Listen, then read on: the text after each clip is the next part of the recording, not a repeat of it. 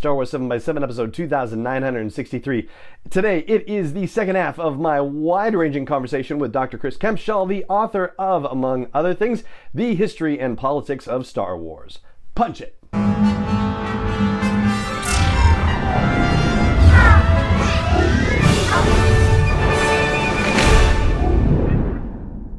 Hey Rebel Rouser, I'm Alan Voivod and this is Star Wars 7x7, your daily dose of Star Wars joy. And thank you so much for joining me for it. So once again, here is Chris's CV in brief. Chris is a postdoctoral research fellow at the University of Exeter and a senior research fellow at the Center for Army Leadership, Royal Military Academy, Sandhurst. He is a historian of the First World War as well as popular representations of history in modern media. He's authored numerous academic works including the First World War in computer games and British, French, and American relations on the Western Front 1914 to 1918. And also, I didn't mention this yesterday, but he is a co-author along with Cole Horton and Jason Fry and Amy Ratcliffe of Star Wars Battles That Changed the Galaxy. If you've already listened to the first half of this conversation, you know that it was a very wide-ranging one, and the second half is going to be no different. We're going to kick things off by talking about Disney's willingness to consider the traumatic effects of warfare in their storytelling. Or perhaps I should say Lucasfilm's willingness to explore these since they've been acquired by Disney as compared to what they had been willing to do in the past. We'll also talk specifically about First World War references because Chris is, as I just mentioned, a First World War historian. So that's one that doesn't necessarily play as big in Star Wars storytelling for reasons we'll get into, but we'll flag where it actually happens. We'll also talk about the notion of dictatorship from the center out and looking at the Empire as a prism through which we can interpret real-world events. We'll also take a much harder look at the Jedi, and I have to say that was one of the things, as I mentioned in the review yesterday, on Friday, that really kind of slapped me in the head, basically. We'll also talk a bit about the High Republic and about the potential for future projects and also what he's working on now that is utterly not Star Wars to kind of cleanse the palate, as it were. And that's what we've got on tap, so let's get into it. Without further ado, here is the second half of my conversation with Dr. Chris Kempshall, the author of, among other things, The History and Politics of Star Wars.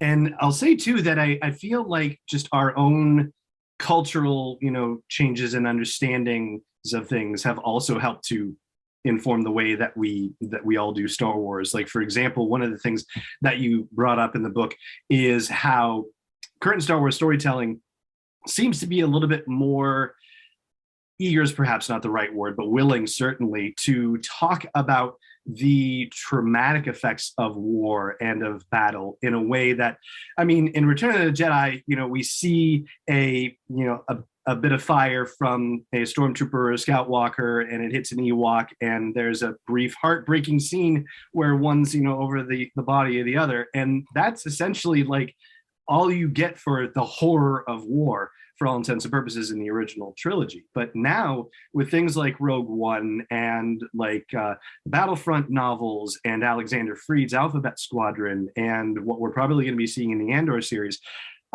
it seems like just culturally Star Wars is allowed to kind of explore this topic in a way that generationally previously it wasn't. Yeah, I definitely think that's the case. And your kind of mourning Ewok example is a really good one, as is Luke Skywalker finding the incinerated body of his uncle and aunt and then going, anyway, and never mentioning them ever again. Right. From a baby.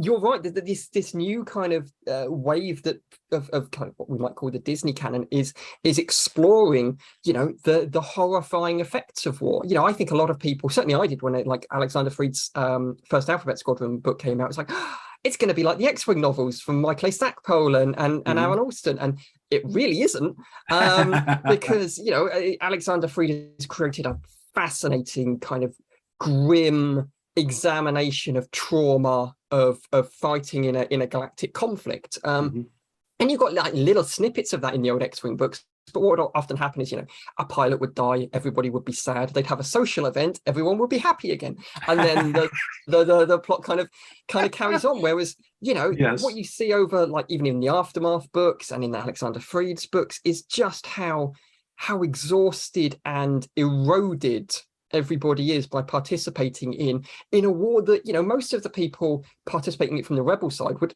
absolutely probably describe as being a just conflict against the empire, you know, the overthrow of a horrible dictatorship that perpetuates endless genocides. And yet by the end of it, they are broken, shattered people. And you know, that's what all of those guys in all of those rebel fighters in Rogue One are, you know, who volunteered to go to Scarif. They also, you know, we've done terrible things to support the rebellion, but now we want to go and do something meaningful. And you know, the meaningful thing for them is to, you know, basically sacrifice their lives for the greater cause.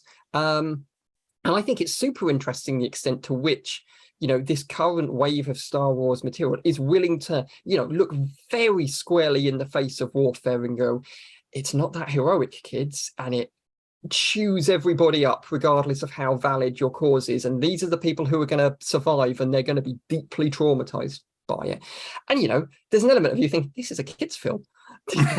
This is supposed to be for, you know, there's an element of, you know, this is supposed to be for children, but, you know, this is the reality of warfare. You know, at my heart, or kind of my background is, you know, I'm a First World War historian. I've read endless stuff by First World War soldiers, you know, who came out of that experience deeply, deeply damaged. So reading stuff like, you know, the Alphabet Squadron books, it's not a great leap away. Alexander Freed's done an amazing job with them. I think they're fantastic books.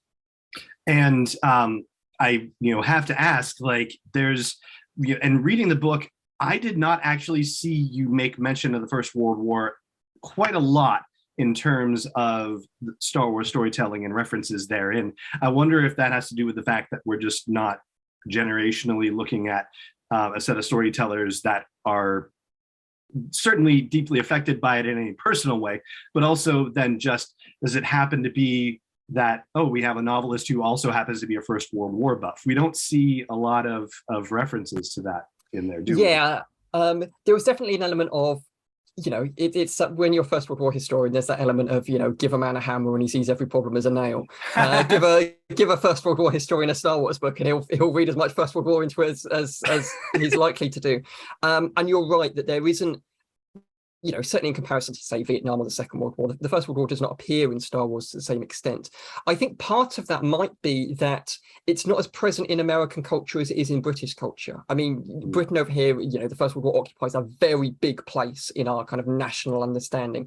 Whereas I think, you know, the Second World War and Vietnam provide for America what the First World War and the Second World War provide for Britain. But what's interesting is the ways in which the First World War appears. So if you think about, let's say, The Empire Strikes Back, and even Rogue One to an extent, and Solo, and The Last Jedi, and a variety of other kind of expanded universe books, and like, whenever the rebels are faced with a battle which looks like it's going to be hopeless and pointless, they start digging trenches. And then they enter First World War mode of, you know, oh, if this is going to be a battle of pointless sacrifice, we're going to need to start out under sea level. So we, you know, get a spade, start digging. Once we're 6 feet down, we can start having a proper trench battle. And then when we go over the top and die, it'll chime. It's that pop history feeling moment of people going, oh, I've encountered elements of this before. So you do get that kind of First World War hopeless sacrifice element at times that appears in Star Wars, which is quite interesting. Yeah, you're right. You're absolutely right.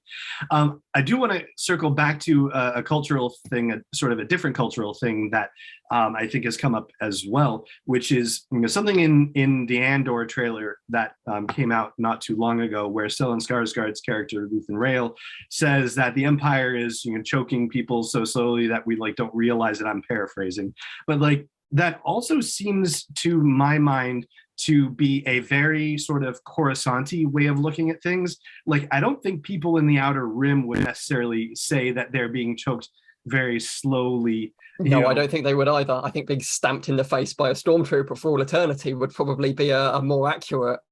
Right, exactly. And so this is something that you touch on as well. Yeah, the idea that of kind of dictatorship from the center towards the outside, or kind of from the center towards the periphery. In the middle of empires, it all just seems fairly, or kind of dictatorship, it seems fairly normal to an extent. Once you understand the rules of a historical dictatorship, you don't speak out against the government, you don't read certain books, you don't make certain speeches and the like. And if you do, then at 3 o'clock in the morning, someone's going to kick your door in and drag you away, and you're never going to get seen again. But at the same time, if you turn your tap, the water comes out. So there's an element of predictability to dictatorship societies, but that exists in the metropole, in the center of them. Out in the outside and in the periphery, where the expansion is taking place, out of sight, out of mind from everyone living in Moscow or Berlin or London with the British Empire. That's people there are not believing themselves to be slowly choked to death. They're believing themselves to be conquered and then oppressed as a result of it. And one of the interesting things that you see in the kind of the modern Star Wars, again with this kind of reimagining of the Empire, is there's a book called The Empire Triumphant, which I think is by Kevin J. Watmore Jr., where he wrote before Disney kind of properly took over Star Wars, that actually it's very hard to tell how imperial the Empire is. Do they have colonies? Do they expand their borders and the like? And he's right. If you look back at the old at the kind of the original trilogy, they talk about the Empire tightening its grip on its star systems, but that doesn't mean that they're going shopping for their next door neighbors and going, oh, that's a lovely planet you've got there, it would be a shame if something awful was to happen to it. Yes, that's true. But what we do see now is in Solo and in Rebels and the like, is the Empire is constantly expanding. They look at their next door neighbor and go, you've got a really nice natural resource there, and what, finders keepers. And right. Here come the ATSTs, and here come the AT-ATs, and here come the Star Destroyers, and the Empire is gobbling up the Outer Rim and all of those planets out there, and they're not throttling to death, they're annihilating them. They are conquering them and ruling them as an empire. And I think that will be a really interesting aspect of Andor. I'm so looking forward to it. There's a part of me that's really annoyed that it didn't come out when I was writing the book, but at the same time, got to draw a line somewhere. But right. I think that difference between probably what Cassian is seeing out in the conquered areas of the Empire and what Mon Mothma is seeing and everybody's seeing in the center at Coruscant is a wildly different view of the Empire. And you got a little bit of it in Obi-Wan Kenobi. They're talking in Alderaan, which is core world, about there's still issues with slavery in the Empire. It's like, well, I imagine that if you go to the Outer Rim, you're going to find out exactly how much of an issue with slavery there really is. Right. Because that's where the Empire is. That's where the cutting edge of the Empire is. And particularly of alien species as well, which then has its real world comparative with different ethnicities and issues that are still occurring, unfortunately, in some aspects of the world. Yeah, absolutely. The Empire then becomes a prism through which you can see all of these kind of historical prejudices and oppressive natures and but repurposed for Star Wars world. But again, you didn't need a history degree to be able to unpick some of this and go, I think there might be there might be some real world context towards this oppression of these very particular races. There's one other real world thing that I'd love to explore with you too, and that has to do with the Jedi. And it seems like it should be so obvious, but when I was reading your description of the Jedi as essentially tools of the state and thus limited by what the state would allow it to do, it was kind of head smacking for me. Yes, that's it's right in front of you. Yes, of course. And so when Qui-Gon is talking about, I didn't come here to free slaves, and it's kind of presented as oops, that's not why I'm here. But so I guess I'll just leave then. Yeah, exactly. So, and everybody was just, the idea of the Jedi as this, incredible avatar of hope and justice and peace, it's immediately undermined by that. And I hadn't really looked at it the way that that you presented in the book, and I just thought it was fabulous. And then looking in particular at some of the things that happened with the United Nations and the genocides in Rwanda and I never pronounce it right. Srebrenica. Thank you. Yes. Just the notion that they only do what their mandate is, as we see them in the prequel trilogy, is a really difficult thing to consider. But maybe that's also an element of what leads to their downfall, that they're not willing to go beyond their mandate to follow their moral compass? Yeah, no, I think that is absolutely right. In the, the alternative comparison to the Jedi as like United Nations peacekeepers is something like Doctors Without Borders, who will travel to whichever country requires help and then help them. But exactly as you say, in episode 1, Qui-Gon rocks up on Tatooine and goes, "Can't help you. Sorry, apparently I'm this devoted servant to the light side, and it's my purpose in life to do good. But unfortunately, you're stood on the wrong side of the line. So I guess that sucks for you. Sorry, slaves. I'll go home then." And what's interesting about that is that there's a lot and there's a lot in the book about the erosion of the Jedi through the Clone Wars to a point when they can be exterminated and annihilated. But it's worth bearing in mind the Clone Wars haven't started. The Clone Wars are 20 years away. Right. Or so, or however long it is, the timeline for that is very, very odd. When the Phantom Menace takes place, and yet the Jedi are already like, "No, sorry, can't help you. We, would love to eliminate slavery, to make all of your lives better and act in a manner that is, good and in keeping with the light side. But I got to do this by the book. So I'm going home." The Jedi have already reached a point where their morality stops at the water's edge, and are therefore a fundamentally flawed organization if their purpose is supposedly to help people, because the answer to that is, well, which people are you not helping? And they're the people who live next door, but they don't live in my postcode or my zip code, or they don't live in my state. So unfortunately they're on their own. And that aspect of state approved goodness, I think, is a massive problem and a massive flaw, and it's a massive critique of the Jedi. I don't think it's an accident that George Lucas has put that in, or that various Star Wars authors have picked up on it. The idea that you can only be as good as the rules allow you to be. But the Jedi are making a choice. They are choosing to accept that that structure input on them. That Qui-Gon could have done whatever he could to bring Anakin's mother along, and you might say, well, 2 slaves doesn't solve the issue of slavery. And you're right, it doesn't solve the institution of slavery, but what it does is remove an extra slave from slavery, which is, a net good thing. Right. But no, just, well, I'm going to take your son, and best of luck to you in slavery with this guy, I guess. And he'll never get to see you again. And off we go. And yeah, I mean, when I was doing the book and looking at all of the various things, it sounds overly glib to kind of reduce it to a sentence, but in many ways the Jedi suck. They're just not good people. It's not a good organization. And we're supposed to take various lessons from the Empire and the like, but I think people need to take a very long, hard look at what the Jedi actually are in Star Wars canon, and go, is this what we want? Is this what we're going to hitch our wagon to? Because I'm not convinced, guys.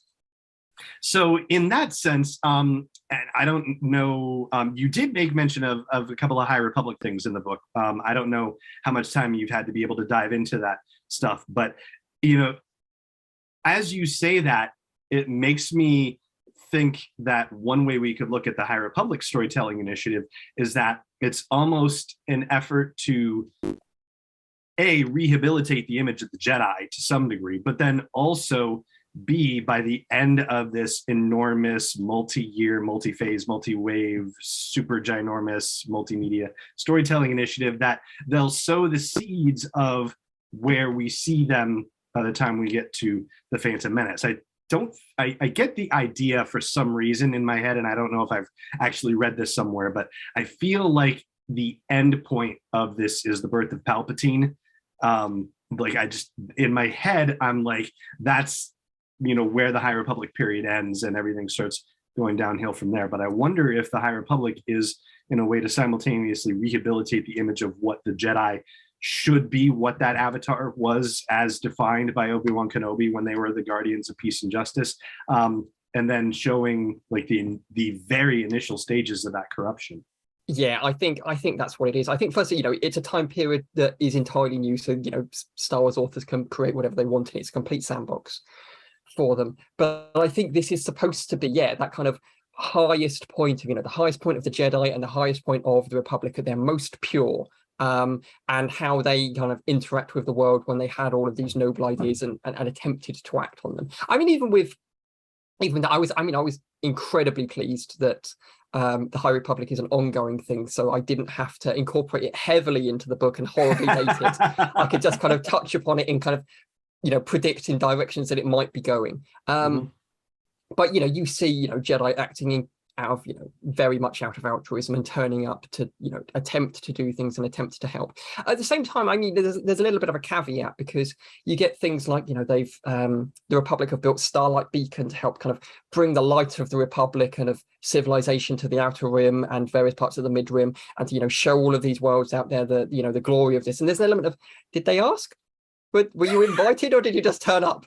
Because, that's a form of imperialism as well. Kids have kind of like, benign, just kind of showing up with a massive billboard of what you could have won, and parking it across the road from some guy's house. I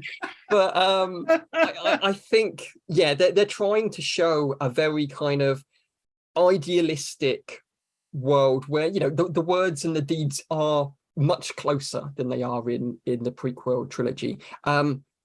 I wonder if at some point, and I'm kind of keen for them to not go down this road, because one of the obvious questions, Yoda's alive and they're doing all this stuff, and they're fighting against the Nihil, is I bet they get constant demands of, are the Sith behind this? What are the Sith up to at this point? Because there must be two of them knocking about in this period, it's 800 years ago or whatever it is.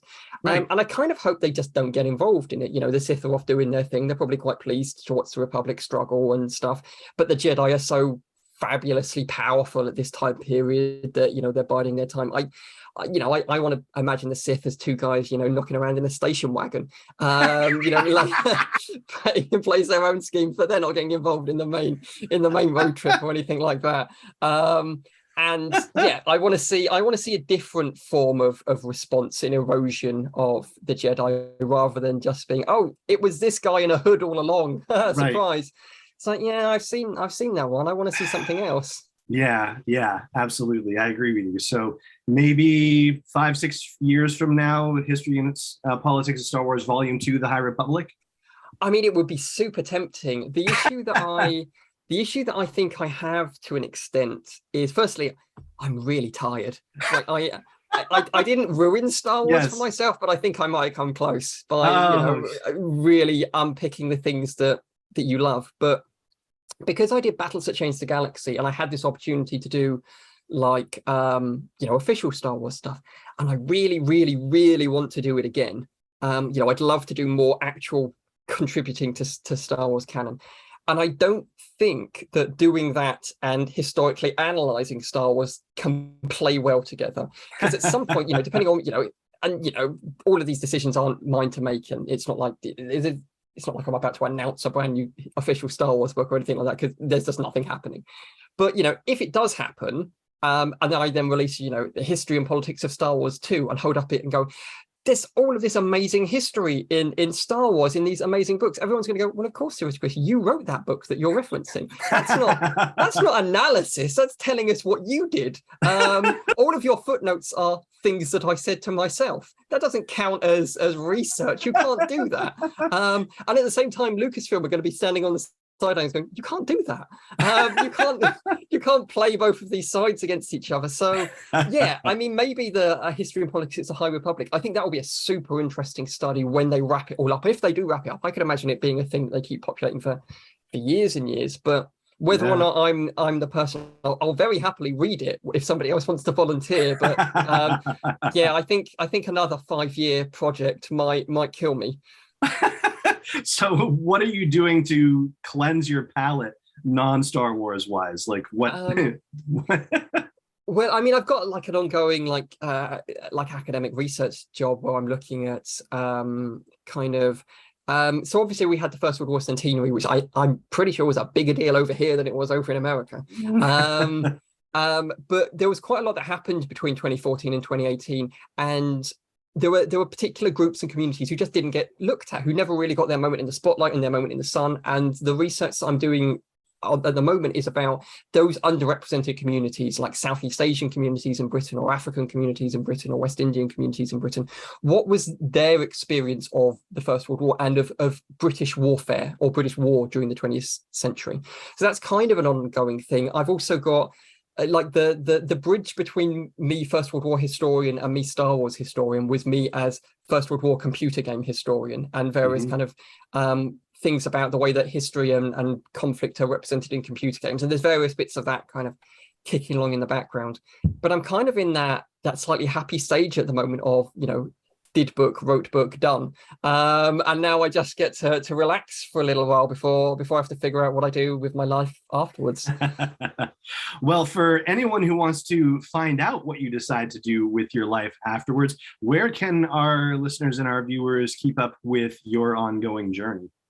So the book has effectively, it's out in the world. It lives. I've seen people have been sending me pictures of it on Twitter, which just makes me incredibly happy. So, you know, you can buy it. People can buy it, you know, in the places that you buy books. You know, if you go to Amazon, you'll find it on Amazon. If you go to Routledge, you'll find it on Routledge. I probably will be sharing some discount codes for like 20% off on the Routledge site for people around the time this podcast is going live.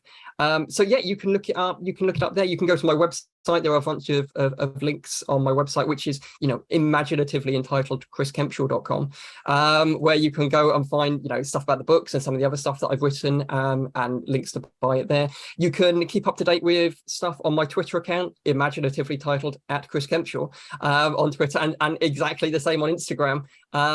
It's the benefit of being the only Chris Kempshall who has ever existed.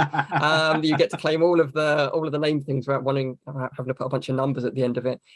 So yeah, you know, those types of social media are the places that I will be kind of talking about the book. And, you know, if you like First World War rants or Simpsons gifs in amongst your Star Wars content, then you'll find plenty of those on my Twitter account.